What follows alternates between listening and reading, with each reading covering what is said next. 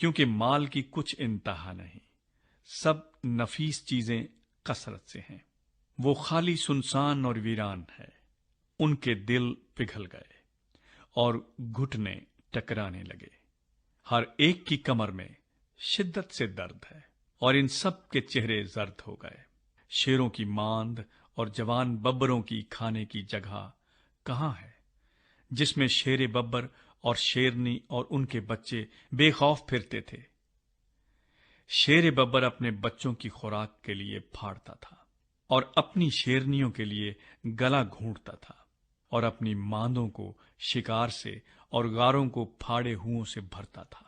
رب الافواج فرماتا ہے، دیکھ میں تیرا مخالف ہوں، اور اس کے رتھوں کو جلا کر دھواں بنا دوں گا، اور تلوار تیرے جوان ببروں کو کھا جائے گی، اور میں تیرا شکار زمین پر سے مٹا ڈالوں گا، اور تیرے ایلچیوں کی آواز پھر سنائی نہ دے گی۔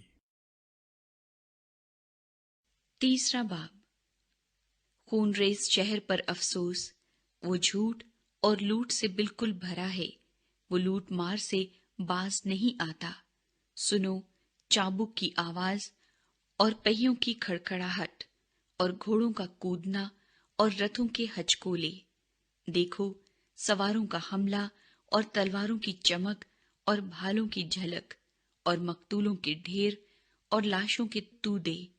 لاشوں کی انتہا نہیں، لاشوں سے ٹھوکریں کھاتے ہیں۔ یہ اس خوبصورت جادوگرنی فاحشہ کی بدکاری کی کثرت کا نتیجہ ہے، کیونکہ وہ قوموں کو اپنی بدکاری سے اور گھرانوں کو اپنی جادوگری سے بیچتی ہے۔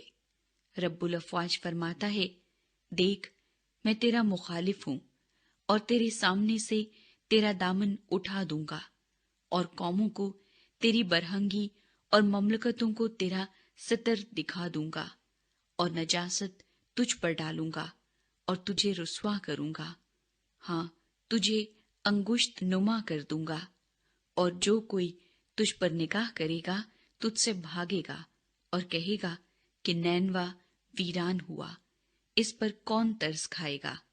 میں تیرے لیے تسلی دینے والے کہاں سے لاؤں؟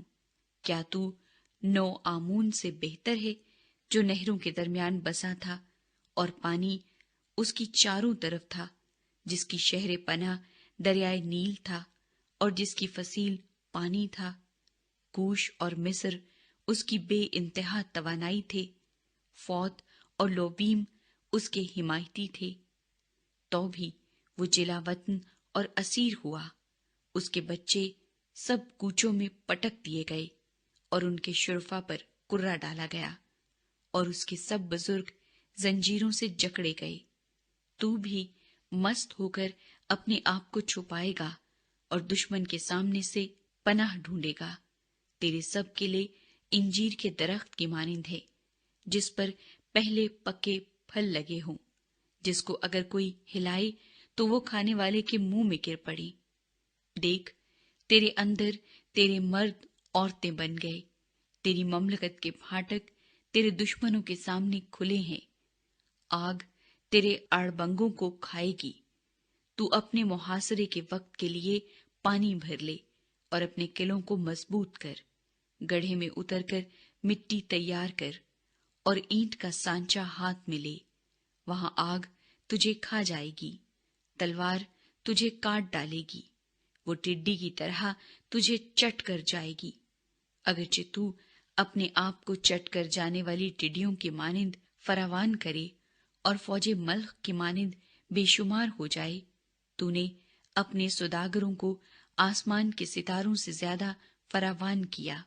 چٹ کر جانے والی ٹڈی خراب کر کے اڑ جاتی ہے، تیرے عمرہ ملخ اور تیرے سردار ٹڈیوں کا ہجوم ہے، جو سردی کے وقت جھاڑیوں میں رہتی ہیں اور جب آفتاب نکلتا ہے تو اڑ جاتی ہیں، اور ان کا مکان کوئی نہیں جانتا۔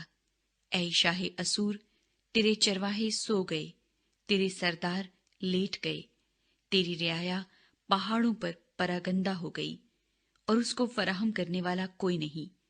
تیری شکستگی لا علاج ہے، تیرا زخم کاری ہے، تیرا حال سن کر سب تالی بجائیں گے، کیونکہ کون ہے جس پر ہمیشہ تیری شرارت کا بار نہ تھا۔